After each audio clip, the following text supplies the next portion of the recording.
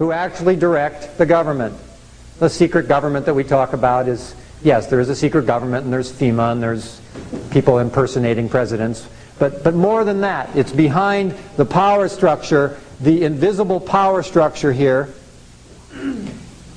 is pulling the strings of the creditors, who are in fact then directing the United States federal government. If you wonder why NAFTA and GATT were passed with so little debate, it's because it was all smoke and whistles. It had already been decided by those who direct the government that these are the bills that are going to be passed, including the counterterrorism bill and everything that Congress does, except maybe making some ridiculous joint resolution about making something a national holiday for parakeets or something. That, you know, they may, you know, have some power, but not a lot.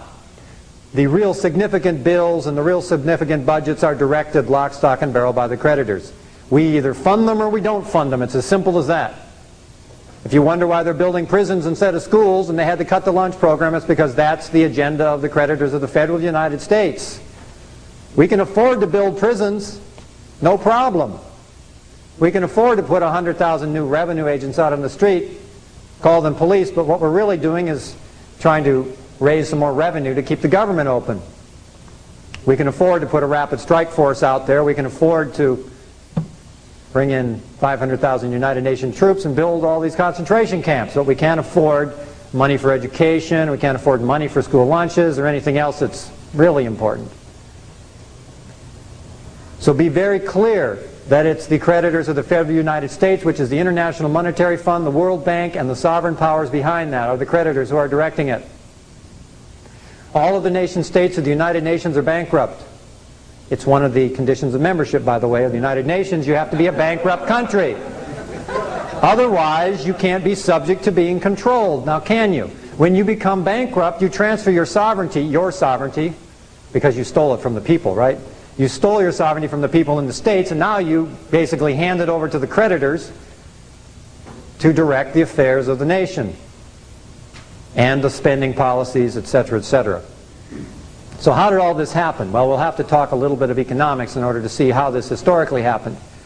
Now, as you probably know from reading your Constitution, that Congress has the authority to coin money, which is gold or silver, and that's what a constitutional money system comprises. The Founding Fathers were pretty smart about a number of things, and that was one thing.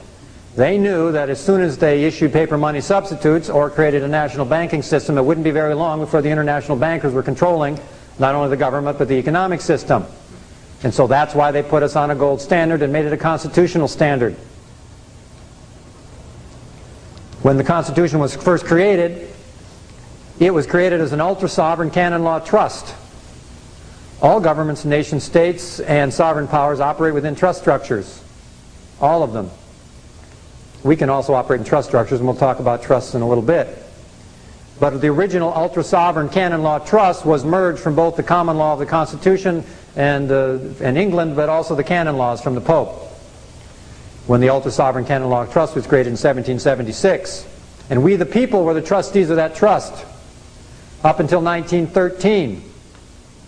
In 1913, the Federal Reserve Act created a joint stock trust that replaced the ultra-sovereign canon law trust and made we, the international bankers, as the trustees of that trust, and assigned the U.S. citizens as beneficiaries of the trust.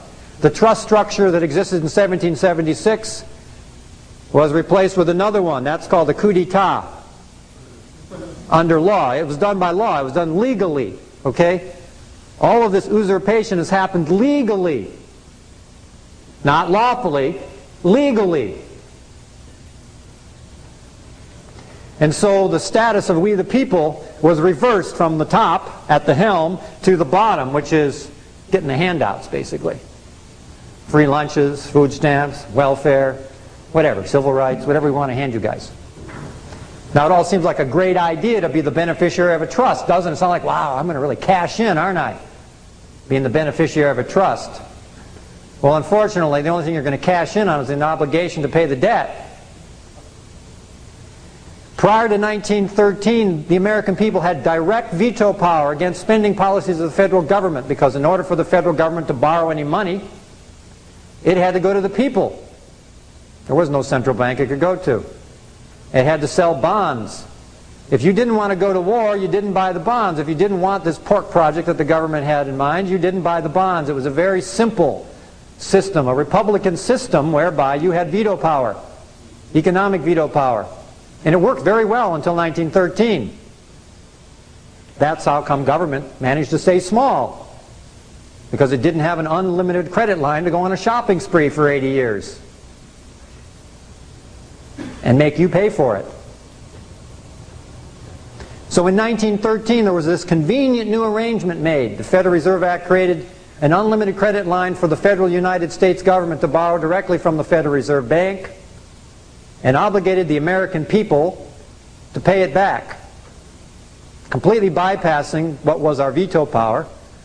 And they no longer had to come to us directly to ask permission to fund something. They went directly to the bank. Now, if you go to the bank and want to borrow some money, what do you got to do? You got to put collateral up, right? They're not going to give you a $5,000 loan if you have no collateral, if it's unsecured. You're going to have to put up your house, your car, or your land or something, right? Well, it's no different for the government, except the government doesn't have any assets. That's the difference. And so instead of putting up the assets they didn't have, they put up your assets.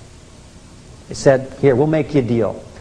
You lend us all the money, and we're going to collateralize first the gold, and then the land, and then the corporations, then the national parks and forests, then the birth certificates, until we've collateralized all the tangible property in the United States of America.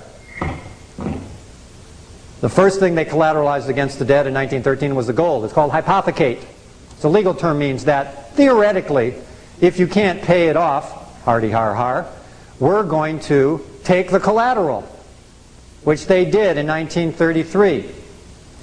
It only took 17 years under this new arrangement for the federal United States to go bankrupt the first time. Only 17 years before they couldn't service the debt, the interest on the debt of the money that they had borrowed. And so they had to declare bankruptcy in the Bretton Woods Agreement in 1930, 16 nations went bankrupt after World War I. And this was one of them, the United States, federal United States. And so when the country went bankrupt, it precipitated the Great Depression, which was also manipulated and created by the international bankers to demoralize the people, number one, but also to shift power away from the sovereign people, to shift the land away, and to shift the gold away from the people and into the hands of the international bankers and the sovereign power structures behind them. So in 1933, with House Joint Resolution 192 on the floor of Congress, the federal United States declared bankruptcy and no longer could service debt with gold because it had no more. And so it then made what we call now legal tender, or fiat money, a money paper substitute, and then decreed that, well, since we don't have any gold, we'll just have to use paper instead. And then they passed the Gold Standard Act in 1935 and confiscated all the gold from the American people to satisfy the creditors of the United States. And the people willingly handed all their gold over to the nearest Federal Reserve Bank and initially got a paper currency that was redeemable in gold or silver at a revaluation from 1/20th of an ounce to 1/35th of an ounce. But shortly thereafter, within a matter of a couple of years, you no longer could redeem it. So you basically traded gold for paper. What a great deal. That was the first bankruptcy. And ever since that point, we have been proceeding down the road of an exponential debt curve whereby there is only one possible conclusion of an economic system set up on an unsound and unsustainable basis, which is bankruptcy. Not just for the government, but for all the people as well. And so the federal government went bankrupt, and every time it's gone bankrupt, it's transferred more of the assets of the American people over to the international bankers. And because the American people are not aware of the nature of ownership, the nature of titles, the nature of sovereignty itself, we allow that to happen. A deed is not title. You do not have title if you have a deed. You can pay your mortgage for 30 years, and you will not own your property. You only have a deed. A deed is not a title. A title is the land patent. It's called an allodial title.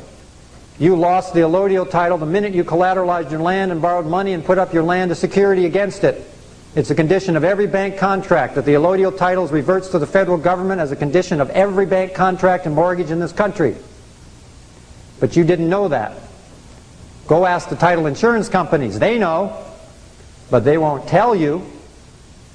They scream at me and hang up the phone every time I call them and ask them, please tell me about allodial titles. Don't you ever call me again. Because they're engaged in monumental fraud, that's why. Because they've deceived you out of your title. You can get it back by updating your land patent. One of the supplemental books that I offer is on allodial titles and land patents. And there is a process there where you can declare your land patent and rewrite the legal description of the original land patent, file it with the county recorder's office, and it'll put one more line of resistance between you and any foreclosure.